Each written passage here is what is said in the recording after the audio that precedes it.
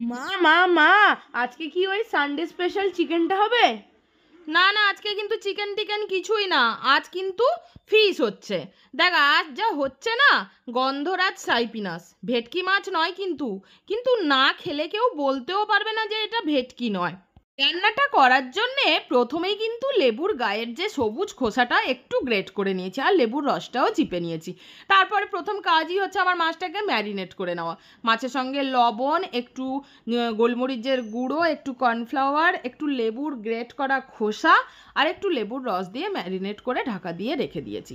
তারপরে কড়াইতে কিন্তু এপাশে তেল দিয়ে মাছগুলোকে ভাজতে দিয়েছি।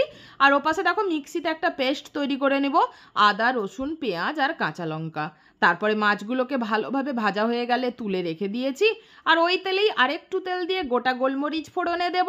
ওই গোলমরিচ ফোড়নে দেওয়াটাই কিন্তু ওইটাই দারুণ টেস্ট হবে এবং সেন্ট হবে।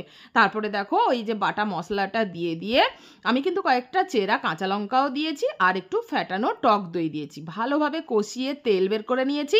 তারপরে কিন্তু গ্রেট করা খোসা, লেবুর খোসা আর লেবুর রস দুটোই দিয়ে ভালো করে একটু গরম জল দিয়ে ফুটতে দিয়েছি। আর এই সময় একটু লবণটা দেখে ভালো করে একটু লবণটাও দিয়ে দিয়েছি, একটু কম লাগছিল আমার। তারপরে কিন্তু দেখো একটু গরম মশলার গুঁড়ো দিয়ে রান্নাটা আমি নামিয়ে দিয়েছি। এরপরে আমার ছেলে গরম ভাতের সাথে নিয়ে বসে গেছে। ও মা, গরম ভাতের সাথে একদম সেই লাগছিল।